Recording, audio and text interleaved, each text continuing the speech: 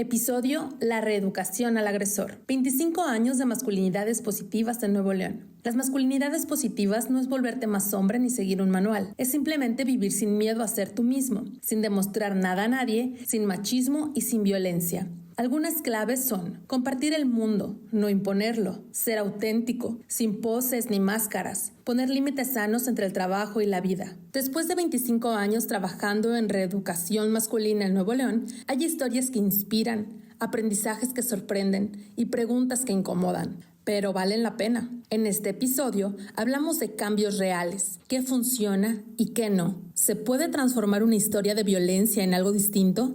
Vamos a descubrirlo.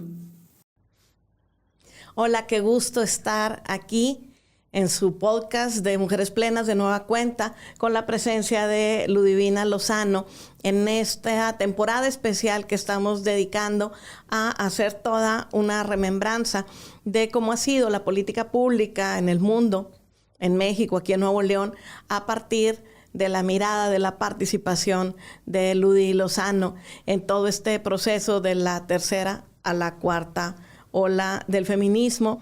El día de hoy estaremos con un capítulo que tiene que ver con las masculinidades positivas, cómo la reeducación ha venido a formar parte de los esquemas de erradicación de la violencia en Nuevo León. Y bueno, pues cómo aquí en Nuevo León este ejercicio ya tiene 26 años de venir presentándose a través del ejercicio que Vicali ha realizado como precursor de esta indispensable forma de resolver el problema de las violencias desde sus causas. Muchas gracias por estar aquí de nueva cuenta, Ludi. Es un gusto, muchas gracias por invitarme. Aquí estamos.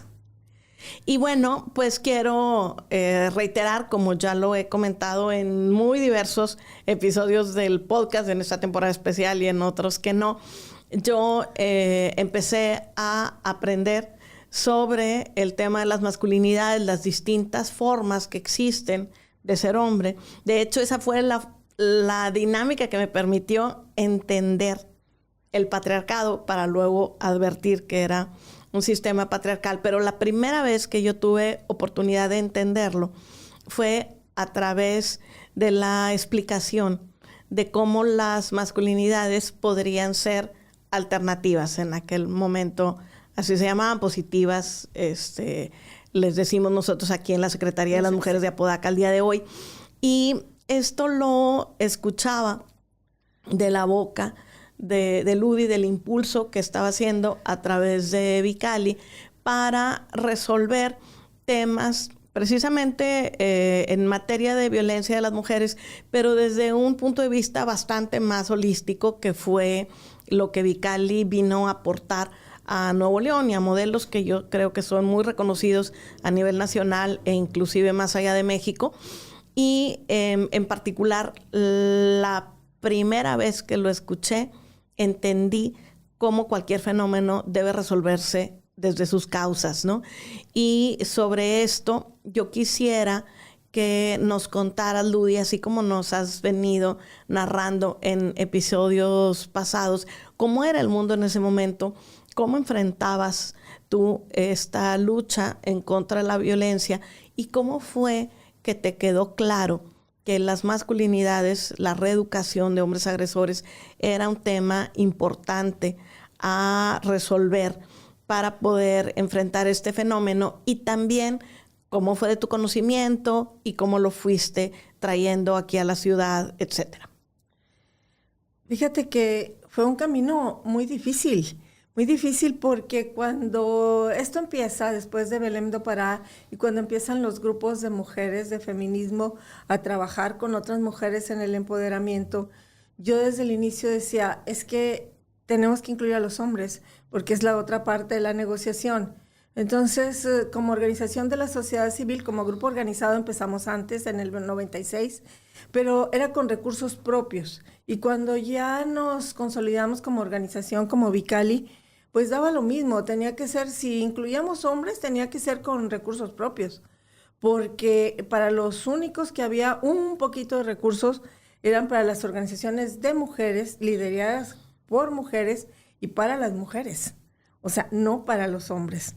Bueno, entonces decías, bueno, como voy a hablar de género, que es un constructo social, y voy a hablar de género femenino, masculino, las diferentes características de qué se enferman las mujeres, de qué se enferman los hombres, quiénes mueren a temprana edad, hombres y mujeres, de qué causa, en fin, todo lo que eso era biológico, pero y lo que nos enseñaron de cómo ser hombres y cómo ser mujeres y cómo la cultura lo fue construyendo y a veces en contra de las mismas personas, y no es que nos guste, ni somos las más tiernas del mundo, ¿verdad? ¿Quién demonios dijo? ¿Y quién dijo que somos tan inteligentes que podemos menear los frijoles, cambiar un pañal y contestar el teléfono? Porque no más nosotros, o sea, los hombres también pueden. Y ese tipo de cosas que me hacían muchísimo ruido, decía, es que son cosas que nos agregaron, que no, nada tiene que ver con ser hombre y con ser mujer.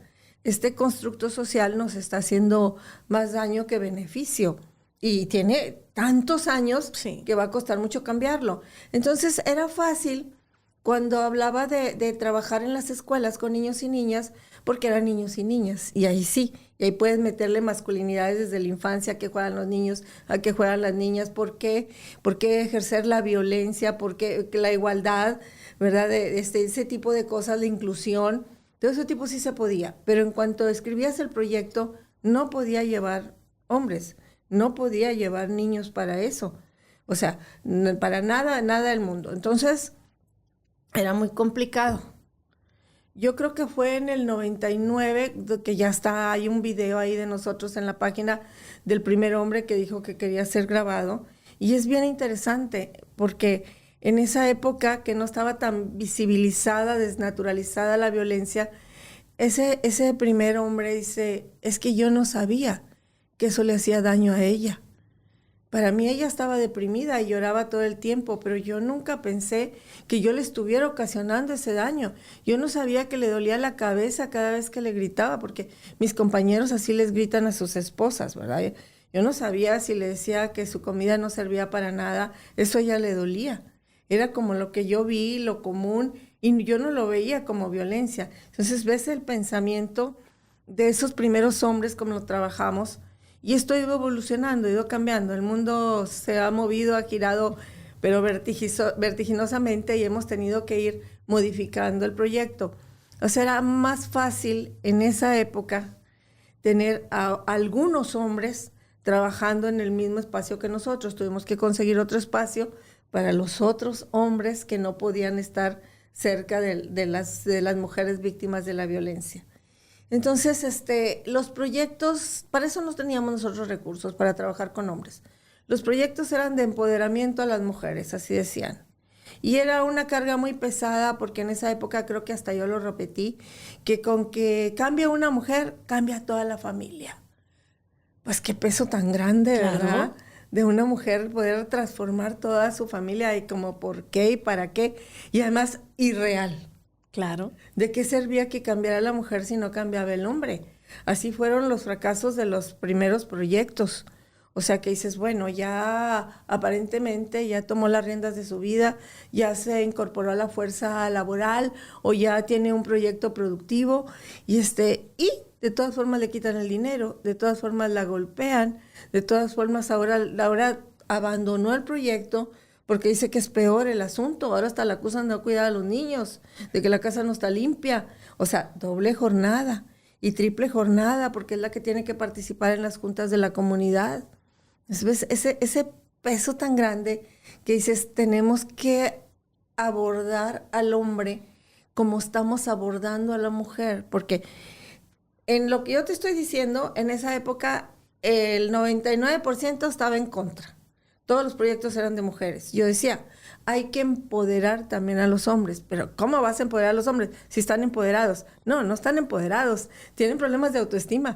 No se sienten seguros. Vivieron mucha violencia en la infancia y simplemente están repitiendo el patrón, el mismo que repite esa mujer con los niños y con las niñas. Estamos dentro de un círculo de violencia que si no le grita al niño, le grita a la vecina, a la comadre, a la mamá, al que sea, ¿verdad? Porque estamos inmersos en eso y tenemos que trabajar con toda la familia.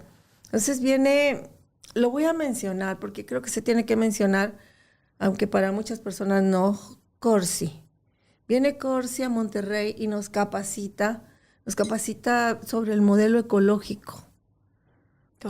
Cómo la teoría de sistemas habla, ¿verdad?, de que tienes que trabajar para todos lados. Entonces, de forma sistémica, sí. De forma sistémica. Entonces, el modelo ecológico es, si voy a trabajar en la comunidad, primero tengo que hacer una asamblea popular, a ver cuál es la problemática de la comunidad, qué es lo que quiere la comunidad, que te voy a decir que en esa época no salía la violencia. Porque estaba súper naturalizada. Estaba naturalizada, no salía la violencia, pero nosotros teníamos nuestro plan, ¿verdad? Entonces, ok, hay que hacer proyectos autogestivos, la señora lo que quiere es esto, aquello, tenemos que ver cómo lo consigue ella, cómo la empoderamos, pero al mismo tiempo tenemos que meter un proyecto ecológico donde trabajemos con toda la familia y aparte con la de la tiendita, con la de la escuela, con todo el mundo. O sea, nos anclábamos prácticamente en una zona donde trabajábamos en la escuela que estaba en la zona, y trabajábamos con las madres de familia, con los padres los sábados y con la comunidad en general, para poder lograr ver un cambio. Escogimos comunidades que tenían un nivel como de tercero o cuarto de primaria más o menos, que muchas había en esa época, sí, muchas aquí en Nuevo León, para poder medir poco a poco el cambio y poder medir el cambio de los hombres hacia el comportamiento de las mujeres también. O sea, esos hombres que vivieron en esas familias donde estaba naturalizada la violencia, donde fueron educados con un cinto, con muchos gritos y con muchos golpes, ¿cómo tenían que cambiar? ¿Qué forma había para que las mujeres y los hombres nos relacionáramos diferentes, para tomar las riendas de nuestras vidas y poder tomar decisiones? Una vez que formaban una pareja, trabajar desde antes con los niños y las niñas, pero una vez que formaran esa pareja, ellos se pusieran de acuerdo como quisieran, pero que fuera un acuerdo que no fuera tan pesado para las mujeres, ni para los hombres, porque la verdad, ¿quién quiere ser cabeza de familia y trabajar toda la vida sin que la otra parte de la negociación coopere para nada?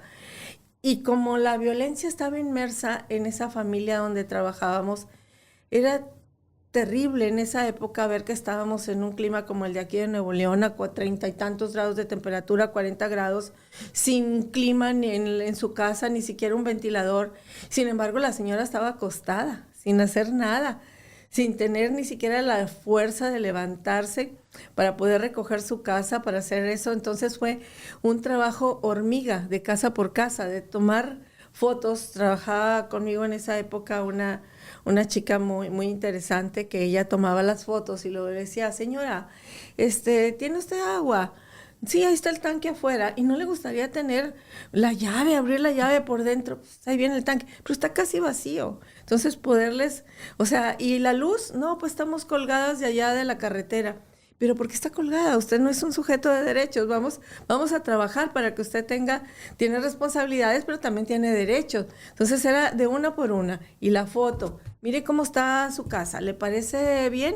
Puede estar mejor. Entonces nos metíamos hasta pintarle las paredes, pintar los techos así con estrellitas y con cosas así para que se viera bonito y la mujer pudiera ver el cambio. Teníamos psicólogas, prácticamente las psicólogas les enseñaban también a cocinar, a hacer cortinas, todo, para que se pudiera ver la transformación en esa cuadra. Agarrábamos una cuadra y luego que se empezaban a contagiar las otras cuadras. Entonces, que empezara a cambiar toda la familia en una dinámica diferente, en donde se incluían a los hombres.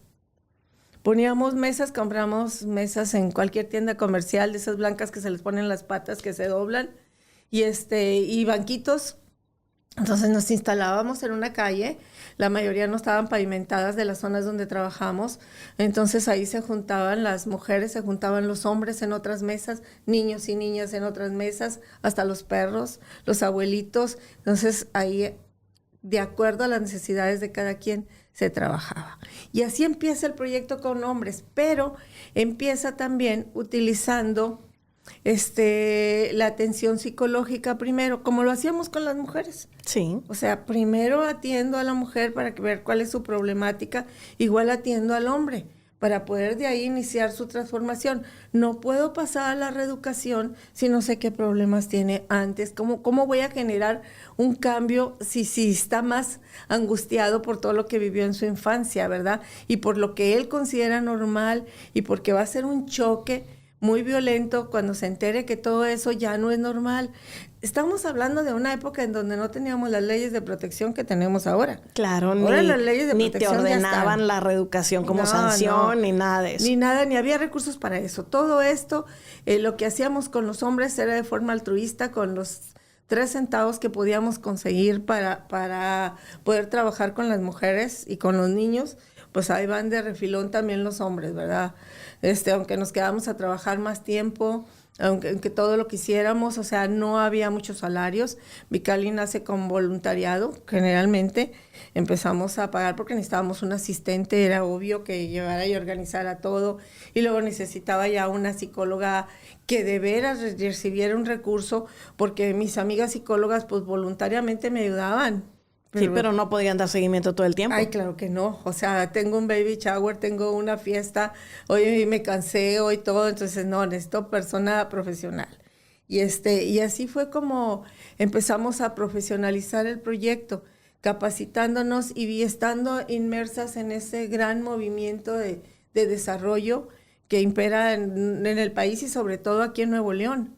Y con los cambios que ha habido desde los tamizajes que hacíamos en aquella época para conocer cómo se ejercía la violencia hacia las mujeres, porque yo me acuerdo que había preguntas como hasta, ¿y en dónde te golpea? Y en la rodilla. ¿Y cuál de las rodillas te golpea más? O sea, para mí siempre me parecían absurdos, pero de alguna forma servía para tener una estadística y ver cómo se estaba comportando, ¿verdad? Lo de la violencia, y conforme se iba desnaturalizando, como algunos perversos le ejercían de otra forma, como golpes con toalla, por ejemplo, y mojada, que duelen un montón, pero que dejan menos marcas y cosas por el estilo. Entonces de ahí se fueron mejorando todos los programas de atención de violencia a las mujeres paralelamente como nosotros trabajábamos con los hombres. O sea, ya sabíamos lo que hacía ese hombre, ya sabíamos cómo revertir el problema. O sea, nuestro trabajo no era ocasionar divorcios. Sin embargo, había parejas que no podían estar juntas porque le iban a matar. O sea, eso era obvio. O sea, a lo mejor si lograba recuperarse ese señor con el modelo de reeducación, iba a tener otra pareja y una vida normal, pero ya con lo que dejó, ya lo dejó. Ese iba a ser una experiencia negativa para todo el resto de su vida. Ese fue el cómo fuimos generando el cambio. De poco a poco fuimos buscando espacios para no tener mujeres y hombres en el mismo espacio. No podemos. Identificando diferentes problemáticas. La violencia es violencia, llámale como le vayas llamando, que lo hemos ido partiendo en pedacitos, pero a fin de cuentas es violencia. Ahora le pusieron nombre a todos. Claro. Sí. Y esos modelos eran básicamente preventivos. Quiero imaginar que en esos momentos tampoco existían los espacios especializados de atención a la violencia a las mujeres. No. Estamos hablando antes de todo periodo. Antes de la Ley General de Acceso a una Vida Libre de Violencia y todas las leyes que salieron después de protección, incluyendo la de derechos humanos. Era una época en donde la Ley de Fomento a las Organizaciones de la Sociedad Civil, una vez que nos constituimos, porque si no estabas constituida, pues tampoco no existías. Los colectivos no tenían gran presencia. Tenías que ser profesional. Profesionalización total. Pero, sin embargo, a pesar de eso, dejaron fuera de la Ley de Fomento Medio Ambiente y Derechos Humanos. Que en realidad derechos humanos es todo. Claro. Los derechos son ahí están, ¿verdad? O sea, para todos. Pero no se menciona a las mujeres en los derechos humanos hasta la Convención de Viena, que fue después, fue en el 96, creo, más o menos, ¿verdad? Entonces, desde ahí estábamos atrás, o sea, no había nada que nos protegiera, las denuncias no se podían hacer por violencia, se hacían por sevicia, se hacían por otro tipo de cosas, pero así como por violencia, este señor me está maltratando, me está golpeando, los fiscales no estaban, sensibles para este tipo de problemática, y nosotros trabajábamos mucho en la microrregión. Ahí todavía peor, ahí delante de nosotros todavía el del Ministerio Público le decía, tú hiciste algo, te lo mereces, porque yo conozco a mi compadre, y mi compadre es incapaz de hacerle daño a nadie, es una buena persona, tú eres la mala. Entonces ahí era de terror. En alguna ocasión, dando lata yo a un delegado de la Sede Sol, por otro tipo de cuestiones que quería transparencia, el señor dice, tenga un CD, aquí están todos los apoyos que damos, y si usted quiere, acompaña al personal de la Sede Sol y váyase con ellos a la microrregión a trabajar. Y yo, bruto, pues me voy, ¿verdad? Llego un día con ellos daban su plática de lo que hace el gobierno y que los proyectos productivos que había en aquella época, ¿verdad? Que casi todos fracasaban, porque no había el control. ¿De qué sirve que voy a darle el dinero a la mujer si de todas formas llega a su casa y el señor se lo quita? Eso es todo. Bueno, pues entonces, cuando ellos terminaban, yo me quedaba un día o dos más, hablando de violencia, de los talleres, muy suavecito. Realmente no mencionaba la palabra violencia, mejoraba otra forma de ser, otra forma de relacionarnos y habilidades para la vida y cosas por el estilo. Y en uno de los lugares que yo llego, por no ventanearlo ahorita, uno de los pueblitos de la microrregión, el transporte para regresar a Monterrey llegaba a las 2 de la tarde. Entonces yo termino mi taller a las 11:30 de la mañana más o menos. Y me siento en la banca de la plaza a esperar el transporte que me pasaba por enfrente. Y estaba yo en un mundo maravilloso. La esposa del alcalde, cada vez que yo daba un taller, ella llegaba con su Biblia y empezaba con un rezo de la Biblia y terminaba con otro rezo de la Biblia y con unas palabras como qué bonitas somos, aquí no pasa nada, todos los hombres son maravillosos y las mujeres también, ¿verdad? Y el alcalde y yo también, todos. Y entonces me siento yo, después de eso decía yo, ¿cómo puedo trabajar en este lugar con alguien que empieza con un rezo y termina con un rezo? Es como, agarra tu cruz. Y eso es una carga muy pesada que me deja, porque ¿de qué puedo hablar si la señora me está interrumpiendo? De que se lo ofrezcas a Dios y que no sé qué, y que el sufrimiento y no sé cuánto. Bueno, pues ahí me quedo sentada esperando y pues todas me habían dicho que todo maravilloso y de repente llega la primera. ¿Me puedo ir con usted a Monterrey? Y llega la segunda mujer. ¿Me puedo ir con usted a Monterrey? Y se me juntaron 9 mujeres ahí que se querían venir conmigo. Y sus niños, no, aquí que se queden con el viejo. O sea, vámonos, vamos a escaparnos de aquí. Lléveme a donde sea, por favor. Y yo, ¿sabe qué? O sea, espéreme, déjeme llegar a Monterrey y yo regreso con unas compañeras. Denme una semana o 2 para regresar aquí. O sea, saber exactamente cuál era el problema. ¿Cuál era el problema que estaban viviendo? Y pues era, si no hay apoyo de las autoridades, o sea, ¿a qué hago? ¿A quién le digo lo que me está pasando? O sea, ¿qué puedo arreglar con eso, verdad? O sea, nada. Entonces, de alguna forma, empezamos a trabajar en 3 municipios de la microrregión como 5 o 7 años. Y también ahí hubo gran cambio de los hombres. La violencia no nos favorece a nadie, caray. O sea, después de gritar toda la noche y de estar golpeando a una mujer, nadie quiere ir a trabajar. Claro, además te sientes pésimo, ¿verdad? Te sientes mal y además porque en tu mente dices, es que se lo merecía. O sea, yo estoy bien porque se lo merecía, pero me dolió porque es alguien a quien yo quiero. Igual si le están pegando al niño. ¿Cómo llega ese niño a la escuela? No quiere aprender. O golpea a otros niños o se queda mudo todo el tiempo. Entonces, todo ese tipo de cosas era casi personalizado, pues igual que ahora, Elisa.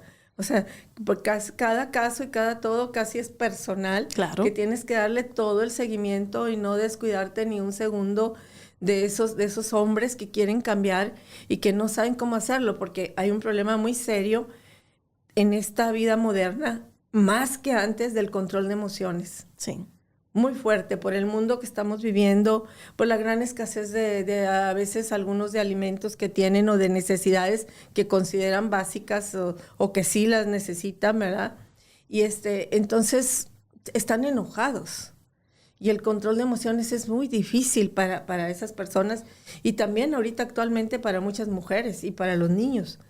Sí, pues la violencia es social, ¿sí? La violencia se extendió y ahora prevalece en todos lados. Es una enfermedad social a la que se le tiene que meter mano, pero integralmente.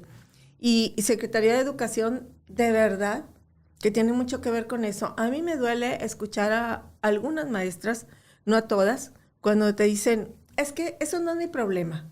A mí que aprendan matemáticas, que aprendan español, para eso estoy yo aquí en la escuela, lo demás no me interesa. No sabes cómo me duele.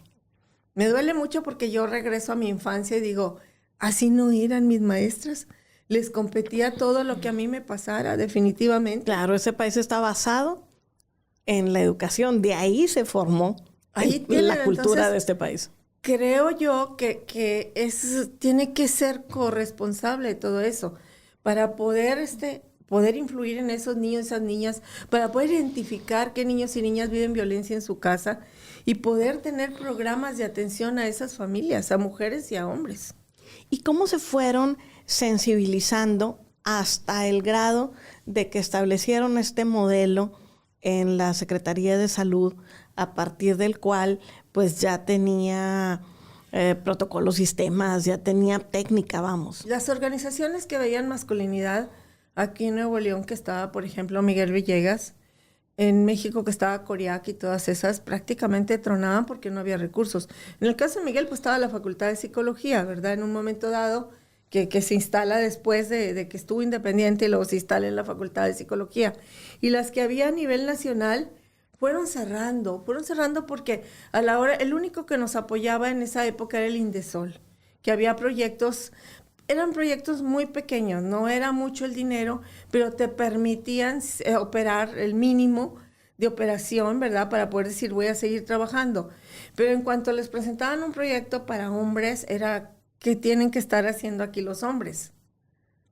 Yo creo que hubo un mal entendimiento cuando se empezó a trabajar género, trabajar solamente con mujeres. O sea, no es posible. Claro, porque en aquella época lo que se planteaba, o sea, la justificación era que las mujeres éramos un grupo vulnerable. Entonces, por eso había recursos para las mujeres, porque éramos vulnerables, ¿no? Sí, y entonces, a partir de ahí, había pues toda una concepción. Acciones afirmativas, nada más que el poner uñas, el mezclar cosas para hacer champús, el enseñarles a que hagan galletas y hojarascas, no empoderaba a nadie. Definitivamente el tomar las riendas de tu vida y poder salir de ese cuadrito, esa inhabilidad aprendida, ese síndrome de indefensión, no es fácil, requiere otro tipo de herramientas y al final de eso ya viene el que llegue el dinero al bolsillo. O sea, el dinero al bolsillo tiene que llegar. La mujer no se puede independizar si no tiene con qué darle de comer a sus niños. O sea, ¿cómo me voy? Aquí me quedo. Estoy de acuerdo. Pero para ir y regresar y para levantar algo que meta al esposo 24 horas en la cárcel y ella misma vaya y lo saque después, no estábamos trabajando bien. Había que tener otro abordaje más integral. Y no que los proyectos eran, porque año tras año los proyectos que funcionaban y a los que les daban más recursos eran eso. ¿Cuántas mujeres capacité que ahora hacen este tipo de cosas? ¿Cuántas, por ejemplo, en el caso de las comunidades indígenas, cuántas bordan, cuántas tejen? O sea, y veías todo el país haciendo lo mismo, que ahora es chino. Pero en esa época todos estaban haciendo exactamente lo mismo. ¿Las empoderó? Pues no las empoderó, no es así. O sea, sacar a las comunidades, a cierto grupo de comunidades, no a todas, y a cierto grupo de mujeres del alcoholismo, había demasiado alcoholismo con las mujeres. Que prácticamente todos esos hombres que estaban trabajando en los Estados Unidos y que la mujer estaba sola, había gente que se encargaba de llevar hasta barriles de alcohol para venderles por litro el alcohol. Entonces, era también terrible tener el trabajo, cómo podíamos abordar todas esas problemáticas sociales de las mujeres de forma integral, incluyendo a los hombres y a las niñas y a los niños. Porque los que iban a generar el cambio son las niñas y los niños. Claro, y además, a partir de esas generaciones, pues ya se iban a lograr la superación de los elementos que ya habían atrapado a unas personas adultas que nunca recibieron una formación para evitárselas, ¿no? Las primeras personas que iban a ser formadas de manera preventiva, pues eran esas niñas y niños. Eran esas niñas y niños que generaran un cambio. Y que yo creo que sí se generó. Los chavos de ahora, de 20-25, no piensan igual que son los de hace 25. Mucho más igualitarios. Muchísimo más. ¿Y cómo esto llega a ser una política pública? ¿Cómo se establece? primero en este tema de salud, pero luego posteriormente hasta el punto de la justicia restaurativa se llega a aceptar que es indispensable para erradicar la reeducación, porque el periodo de años es muy, muy largo. De que ustedes lo descubrieron a que los gobiernos no solo pues digamos que lo aceptaron o le dedicaron algún recurso, sino que lo hicieron que formara parte de una política pública. Yo creo que fue a partir de hace 6, 12, como 18 años.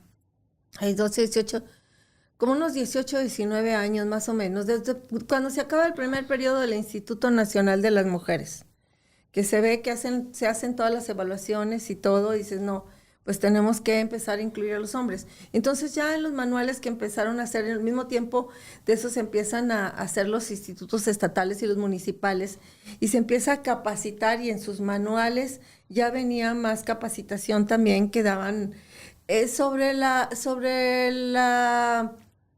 la inclusión de las mujeres en lo laboral, por ejemplo, empiezan a poner, que yo creo que ya no hay, en las oficinas gubernamentales, lugares donde se iban a quejar del acoso, de todo ese tipo de cosas sin cuestionamiento, empezaban a investigar y todo, personal ajeno, nomás que todo eso es muy costoso, ajeno al de esa institución para que pudiera funcionar y no despidieran a la chica y se pudiera trabajar con esos hombres y mandarlos a capacitar, porque no era la idea despedir a todo el mundo.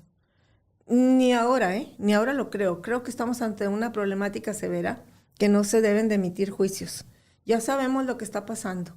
Entonces, vamos a abordarlo de otra forma sin emitir juicios. Ya sabemos que hay un alto grado de violencia que están ejerciendo los hombres, más que las mujeres. Bueno, vamos a trabajar con ellos, que todas las empresas tengan un espacio para poder trabajar con esos hombres. Que vuelvo a decirte, ellos también quieren cambiar, pero ¿cómo cambian? Claro, además, durante el proceso en donde las mujeres sí recibimos esta información, donde el feminismo sí hizo su trabajo de tener una narrativa, de establecer diagnósticos, causas, propuestas e inclusive alternativas de solución, en donde hubo discursos que te hacían reconocer cuáles eran tus derechos, saber que no era normal no tenerlos, que te incitaban a que los buscaras, a que no permitieras que se te negaran tus derechos y que inclusive se organizaban mujeres para darte acompañamiento, para que tuvieses esos derechos. Las mujeres fuimos aprendiendo algo, nuestra propia filosofía, nuestra propia narrativa de defensa e inclusive de acusación. Pero durante todo ese periodo, pues había una ausencia de información suficiente hacia los varones, de una información que fuese positiva. Entonces lo único que había pues era un rechazo. Este movimiento que hoy existe de no todos los hombres, pues al final de cuentas deriva de un eslogan, de un sentimiento común en una amplia sociedad que decía, pues es que no todos vamos a ser agresores, ¿no? E inclusive había muchos que pensaban que siendo agresores no lo eran, ¿verdad? ¿Por qué? No lo eran, no sabían. Porque ellos sí vivían en la normalización de la violencia. O sea, dedicamos un buen tiempo importante, suficiente, siempre se requerirá más, pero creo que se logró una conciencia en las mujeres, pero también en la sociedad, de los derechos que las mujeres tenemos y de lo importante que es defender esos derechos y además de lo inadecuado que es violentárselos. Pero la ausencia de la información, lo único que hacía es que ellos no entendieran, rechazaran y muchísimo tiempo, muchos años después, décadas después, empezó a llegar la información suficiente de quien sí se tomó el tiempo de hacer una discursiva para decir todo este tema es violencia y lo ejerces de esta manera. Inclusive estos son micromachismos. Los micromachismos no es porque sean pequeños, son violencias cotidianas. O sea, aunque lo hagas sutilmente, Al final de cuentas, esto sigue siendo violencia. Y bueno, al final de cuentas, violencia será todo aquello que se dedique a controlar, a someter, a denostar, a ir en contra de la dignidad de las personas, porque lo estás haciendo no nada más en contra de las mujeres, sino en contra de todos los hombres o todos los seres humanos a los que tú logras subyugar, ¿no? Sí, no puedes maltratar a nadie, o sea. Entonces, pero se tardaron décadas, ¿no? De llegar a ese discurso que estaba dirigido a los hombres, en donde los hombres empezaron con su reconocimiento. Y evidentemente eso, pues, permitió que las políticas públicas, yo recuerdo cómo vienen en los documentos de la CEDAW hace tantísimos años, el planteamiento que teníamos que trabajar con las masculinidades. Sin embargo, no existía una estructura para hacerlo, no existía este discurso que permitiese que los sujetos hacia los que iba este trabajo preventivo y reeducativo tuviesen alguna razón por la cual aceptarlo, porque no se puede ejercer más que con la voluntad de ellos, no puede funcionar más que con su participación. Pero si ellos estaban ausentes de la discursiva, si no entendían que eran parte del problema, si no podían aceptar, reconocer la violencia que ejercían e intentar revertirla, ¿cómo iba a empezar a funcionar esto? El costo de la violencia, poderles marcar el costo de la violencia. O sea, ¿dónde están esos hombres de 55, 60 años que ejercieron la violencia durante todo este tiempo? ¿Cuál es el camino del macho? O sea, ¿qué hicieron esas mujeres que se quedaron ahí porque no les quedó de otra y tuvieron que sobrevivir? ¿Cómo se fueron a los 55 años? Pues cuando sus hijos se casaron y sus hijos. Voy a visitar a fulano, voy a visitar a Pengano, está enferma mi mamá, mi hermana le pasó esto. Y se fue quedando solo. Que ni los hijos ni las hijas lo voltean a ver. O sea, el destino del macho es la soledad. Sí. Entonces, darse cuenta a estos jóvenes de ahora que vieron a su padre o a su abuelo que terminó así solo, es que los está haciendo cambiar y replantearse una nueva forma de ser. Que tenemos que ayudarles. Claro. Porque así como ayudamos a las mujeres al cambio tan doloroso que es tomar las riendas de su vida, también se tiene que ayudar a los hombres porque también es un cambio doloroso. Todo lo que aprendieron lo tienen que desaprender para una nueva forma de relacionarse que a lo mejor al principio no están de acuerdo, pero es lo que funciona y poder entender que la forma primaria de violencia es la familiar. De nada sirve trabajar la violencia en las calles porque la violencia sale de la casa a la escuela y de la escuela a la calle y es imparable. Entonces, lograr todo este camino para lograr a ver dónde está el inicio de la violencia y que además no inicia en la pareja, inicia antes, sí. En el noviazgo, durante el noviazgo, desde que se conocen, de niños y de niñas. Por eso nosotros tenemos un programa de prácticamente piecitos para que son, córrele. Estos son los alarmas, lo que tú estás identificando, y si esa persona, sea hombre o sea mujer, no recibe atención, te va a ir mal. O sea, ni siquiera te atrevas a formar una pareja, una familia, porque no va a funcionar. Entonces, tenemos que trabajar muchísimo con los jóvenes, muchísimo. Y pasado todo este proceso, todos estos 26 años que Vicali ha hecho este esfuerzo por brindar alternativas psicológicas a los hombres, por informarles, por sensibilizarles y luego empezar este camino de la deconstrucción, de la reconstrucción, de la reeducación. ¿Cuáles son los elementos de éxito que tú nos puedes compartir después de 26 años de estar tratando de lograr la erradicación de la violencia a través de atender la causa de la violencia? Familias que siguieron, porque después de todo esto que te digo y que quisieron seguir, tuvieron que recibir terapia de familia. Y ahorita pues ya tienen nietos, ¿verdad? Jóvenes que crecieron y esa zona de nivel cuarto de primaria ya no es una zona de nivel cuarto de primaria. Ya los chicos, nosotros les damos seguimiento, conseguimos becas, hacemos negociaciones con universidades y con escuelas preparatorias técnicas para que puedan tener una preparación técnica. No es nuestra meta que todo el mundo tenga una carrera. Claro. Nuestra meta es que hagan lo que quieran ser en la vida y tengan las herramientas para hacerlo, para decidir con quién vivir, en dónde vivir y dónde trabajar y todo, para que logren su sueño. Entonces, poder darle seguimiento y ver ahora que nos visitan esos jóvenes que son padres de familia y que ves que tienen un diferente modo de vida, eso es para mí el éxito, ¿verdad? Jóvenes que decías tú, híjole, mano, ¿cómo le van a hacer si vienen de este tipo de familia? Y muchas de las familias tronaron, pero ver a esos señores que nos visitan porque tienen una nueva pareja, una nueva familia, y lo que se trabajó con ellos sirvió para que sus hijos de su pareja anterior vieran que no le funcionó ese papá y que ese papá ya cambió y esa mamá ya cambió, es suficiente para que ellos también deseen tener una nueva forma de vida. Nosotros seguimos dándole seguimiento a muchas de esas personas, a los que tenemos los datos, porque la gente se mueve mucho aquí de municipio en municipio y ya no lo logramos contactar, pero los que tenemos los datos, tenemos y con frecuencia se les está llamando. Y hay una persona, las chicas de servicio social dedicadas a llamarles, a hacer reuniones con ellos, a todos para darles seguimiento y ver cómo están.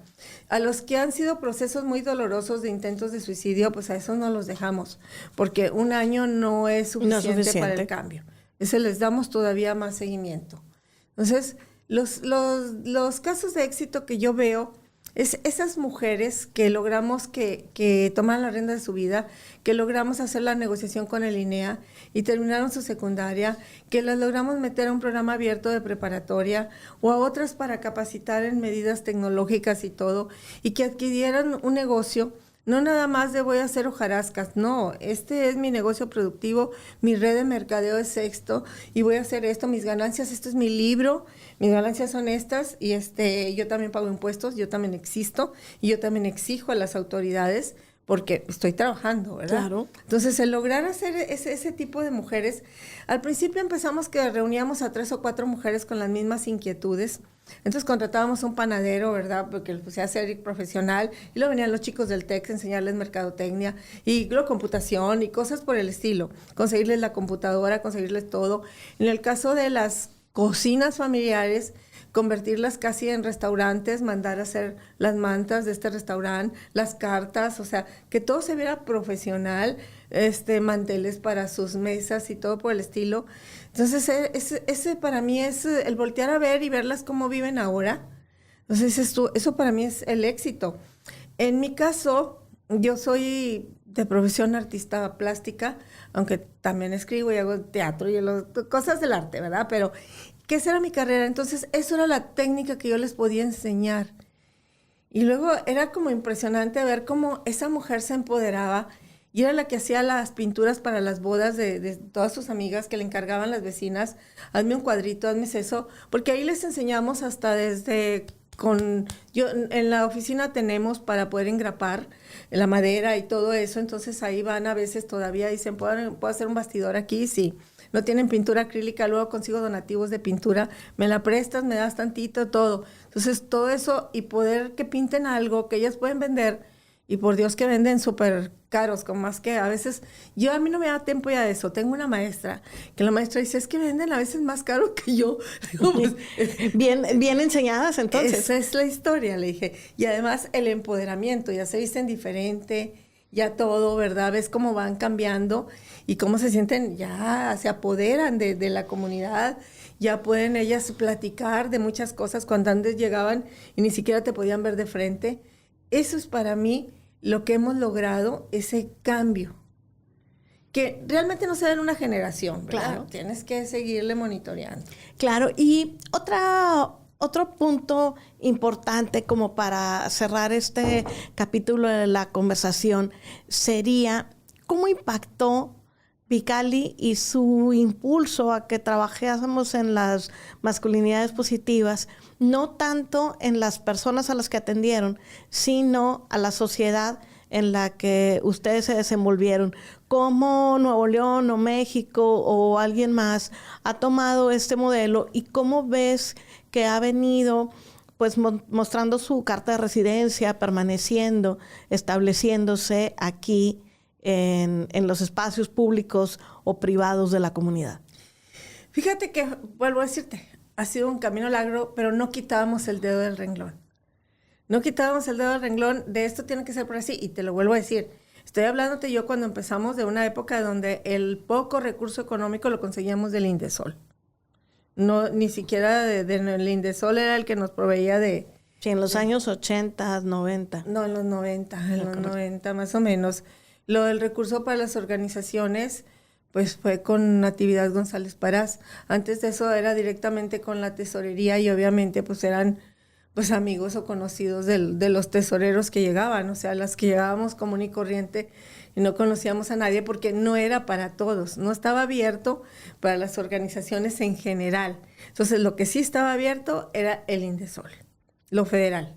Entonces, el estar negociando con el Indesol, yo creo que Vicali debe ser la primera o de las primeras organizaciones en el primer bloque que conseguimos recursos para masculinidad, porque siempre metía los proyectos, podías meter 2 proyectos y uno era de masculinidad. Pues no, hasta que por fin hubo uno que sí, bueno, el 50% de lo que estás pidiendo, pero y me tienes que demostrar que esto cambió y que esto funcionó, ¿verdad? Entonces, ahí es de no quitar el dedo del renglón y le vas abriendo el camino a otros, porque se necesitaban muchos grupos. Y luego a través de los institutos, de las secretarías o institutos de las mujeres, eran todos institutos en el principio, y o vocales como el del Estado de México, pero a través de eso se empezaron a meter, Ricardo Ruiz Carbonell empezó a capacitar en todos los estados y hacer los manuales en donde ya estaba incluido el trabajo con los hombres. Entonces, después de mucho tarquear, empezaron a incluir a los hombres. Entonces ha sido un cambio ver esto como un cambio muy positivo y que cada vez somos más y voltear a ver si te metes al internet y ver los programas y ver que estamos prácticamente unificados. A mí eso me gusta, porque el estar cada uno trabajando por su lado, pues no está padre, porque a lo mejor se funciona más cuando todos estamos haciendo lo mismo, porque somos la fuerza de 2, somos lo que genera esa sinergia, lo que podemos generar un cambio, estar en el mismo camino. A veces te topas con organizaciones que van en contra, o sea, porque todas esas, debo decir que soy católica, pero todas esas organizaciones religiosas en donde nada más hablan de aguantar todo, y de los hombres, del respeto a los hombres y que no sé qué y no sé cuánto, nos han hecho mucho daño, muchísimo daño, y los otros grupos de armonizar y que no sé qué, que mira, o sea, nomás les enseñan a soportar el dolor. Sí, que de eso no es sano para nada, porque no la libra a ella de nada. Con eso no se acaba la violencia. Y aparte no lo libra a él. O sea, los hombres viven también procesos de angustia muy importantes, claro, ¿no? Creo yo que uno de los elementos que permite la plenitud del hombre, lograr ser la verdadera versión de sí mismo, es librarse de la violencia. Por supuesto. Ese es el primer paso hacia la libertad y el fortalecimiento de un hombre. Porque eso de Dios proveerá y Dios te ayudará, y Dios te aguantará. Y voy a parafrasear las frases de Calcuta, la madre de Calcuta, Teresa, ¿cómo se dice? Sí. Sí, la madre Teresa de Calcuta. Teresa de Calcuta. Yo me acuerdo cuando tomaba cursos de procuración de fondos, que había un video que nos presentaban de ella, que ella siempre decía que primero conseguía el recurso y después decía, gracias a Dios.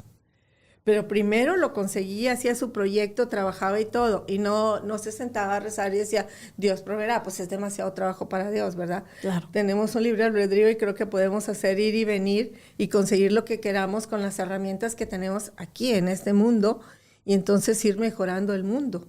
Y también dentro de las masculinidades y de todo, pues tiene que ser un proyecto, y del empoderamiento de las mujeres y los niños, la cultura de paz, tienes que incluir el medio ambiente, porque no te queda de otra, empezando por los hombres, de sus trabajos y de su todo, tienes que incluirlo para que esto pueda permear en la sociedad, porque para mí es un problema de salud social y bastante serio, con el que tenemos que trabajar de ese tipo de forma, o sea, agresivamente, que en esas comunidades donde nosotros trabajamos, que son los menos favorecidos, entiendan que el cambio que tienen que dar en su persona y el que tienen que dar en su familia, también lo tienen que dar en la comunidad.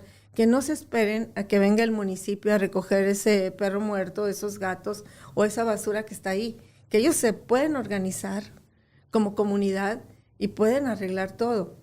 estamos en este estado y sobre todo en esta ciudad donde tú estás, Elisa, en un movimiento muy grande de gente que viene, de gente Sí, la migración increíble. Una migración increíble, en donde es súper difícil trabajar en comunidad porque tienes que empezar desde el inicio. No se aceptan como comunidad porque todos vienen de diferentes lados con diferentes culturas. Entonces, poderlos guiar a que sea una sola y que entiendan que esta es su comunidad y esto es lo que les interesa y ahora viven aquí y a lo mejor van a vivir sus hijos el resto de su vida, ¿verdad? Entonces es un trabajo arduo. Sí, tiene una complejidad también esta idiosincrasia nuevoleonesa de que pues el trabajo dignifica, ¿no? Y que tenemos que estar trabajando todo el día. Entonces también las personas amanecen, van a trabajar, regresan de trabajar y van a descansar, ¿verdad? Y no te queda tiempo de involucrarte en la comunidad o solo algunas mujeres que están en la posibilidad de trabajar desde su casa o que no realizan trabajo remunerado al exterior, pueden participar de las cuestiones comunitarias, ¿no? Es normal que tú cuando quieras hacer un grupo comunitario encontrarás puras mujeres. Puras mujeres. Y cuando buscas trabajar con los hombres es dificilísimo llegar a ellos por sus horarios laborales o y más con las dificultades del transporte, que a lo mejor ellos hubiesen estado en alguna tarde-noche, pero en realidad dedican una parte importante de su tiempo a trasladarse. Entonces, bueno, esas cosas dificultan, ¿no? Sin embargo, creo yo que los trabajos que estamos haciendo en comunidad o el simple hecho de la gran reconocimiento que hay de una necesidad de salud mental hace que, aunque tú no acudas a la comunidad, ellos estén buscando espacios de cuidado para su salud mental y eso les permite acercarse a espacios en donde podamos ir resolviendo los temas de pues la reeducación, de evitar que ellos sean estos generadores de violencia que imagínate cuánto impactan su salud mental. Sí, claro, y además la violencia no es privativa de ninguna clase social. Yo me estoy refiriendo a cierto grupo de familias que tienen menos recursos. ¿Por qué? Porque son las que tenemos que trabajar. Tenemos que visibilizar la violencia y los que tienen más recursos pues tienen que buscar otro tipo de ayuda, ¿verdad? Inclusive se pueden costear por su cuenta. Exacto. Aunque recordemos que en el caso de las mujeres que viven violencia, lo primero que pierden es el recurso económico. Claro. Lo primero que les quita a la pareja es el recurso económico. Pero es más difícil el cambio en esos hombres dueños del dinero, ¿verdad? Que se sienten como que son poderosos y que son los dueños de la verdad. Ahí sí es más difícil, están menos ávidos del cambio porque les funciona esa forma de ser. A algunos, porque hay otros que les causa todo este dolor que te digo que... Vuelvo a decir, el destino del macho sí. va a ser la soledad. Y tienen que voltearlo a ver a sus familias, que ellos mismos están alejados del papá en un momento dado, que la mamá tiene más fácil cabida en una casa que el papá. Sí. ¿Verdad? Entonces, de alguna forma... Y es la parte en la que ellos, con ese poder económico, van a la búsqueda de esa recuperación de su salud mental, que es el inicio de un camino. De poder acercarse a los hijos que ya les tienen miedo, ¿verdad? Que, no sé, o sea, recuerdo en mi época familias que conocí del ámbito en el que yo me movía, que son esposas de médicos, hijos de médicos, que oía en los congresos de, no, nada más llega mi papá y se acabó todo, se acabaron las risas, ya, mi mamá desde antes, ya va a llegar tu papá, guarda la pelota, guarda esto, guarda todo, cenen rápido, váyanse, enciérrense en su cuarto, o sea, ya estaba cancelado toda convivencia con el papá. Entonces, regresar a esas familias donde platican todos, se requiere, aparte de mucha voluntad, se requiere también de los trabajos y también del transporte. El hombre que llega todo alterado porque estuvo 2 horas haciendo fila para poderse subir al transporte público y luego que caminó 8 o 10 cuadras y todo, pues llega y ya no quiere hablar con nadie ni ver a nadie. O sea, también, y igual el que viene manejando. El que trabaja en un municipio y vive en otro y va manejando también igual 2 horas, tenso, tocando el claxon y todo, y me van a chocar y ya choqué y todo. No llegan a su casa a convivir con los demás. Llegan que no quieren que nadie hable. Sí, de ahí la importancia de retomar esos planteamientos mundiales como las ciudades del cuidado, en donde volvamos a poner al centro a las personas y a cuidar de ellas, ¿no? Porque la forma en que hemos estado decidiendo vivir ha sido violenta de todas las maneras posibles, incluyendo la autoviolencia, esa dinámica en la que ni siquiera tienes la oportunidad de tu autocuidado, esas dinámicas en las que te va consumiendo el esquema de la forma de vivir en sociedad, pero también de la forma de construir la ciudad en la que esa sociedad vive para que sea mucho más complejo su bienestar, ¿no? Tanto el individual como el de la familia, como el de la sociedad en colectivo. Así es, además el empleado pues es menos efectivo con ese ritmo de vida. A lo mejor pues, está la norma 0.35, a lo mejor si disminuyes un poquito esa carga de trabajo, tiene tiempo para el ocio, tiempo para su familia, a lo mejor va a ser un mejor empleado y va a poder tener mejor rendimiento. Sí, pues creo yo que la mejor inversión que tendremos siempre es la de buscar la salud, la felicidad, la plenitud de las personas. Evidentemente, lo que nos ha interesado todo este tiempo, que es eliminar, erradicar la violencia en contra de las mujeres, pero para eso es necesario pasar por elementos que permitan el conocimiento, el reconocimiento, una forma pacífica de ser de un varón que incluya la paz consigo mismo principalmente y a partir de ahí la paz hacia las demás personas, ¿no? Entonces la construcción de paz siempre será un camino para encontrar, limitar este flagelo tan importante de la violencia. Ludi, un comentario que quieras hacer para despedir este episodio. La violencia es responsabilidad de todas y de todos, no nada más del gobierno. Es responsabilidad de nosotros, de nuestra persona. Tú lo acabas de decir, paz conmigo, paz con los demás. Y creo que tenemos que trabajar en conjunto para cambiar hombres y mujeres al mismo tiempo y que esto permee en los niños y en las niñas y ser mejores personas. Una mejor comunidad, mejor país. Muchísimas gracias. Yo quiero una vez más reconocerte, agradecerte, felicitarte. Este Centro de Masculinidades Positivas que existe hoy aquí en Apodaca, esta política pública de Somos Hombres Mejores, surge a partir de tu generosidad, de ese conocimiento que tú tenías, de la necesidad de que las masculinidades pudieran ser más positivas, no nada más para evitar la violencia en contra de las mujeres, sino también además para que los hombres pudieran alcanzar su mejor versión, su plenitud. Gracias por eso.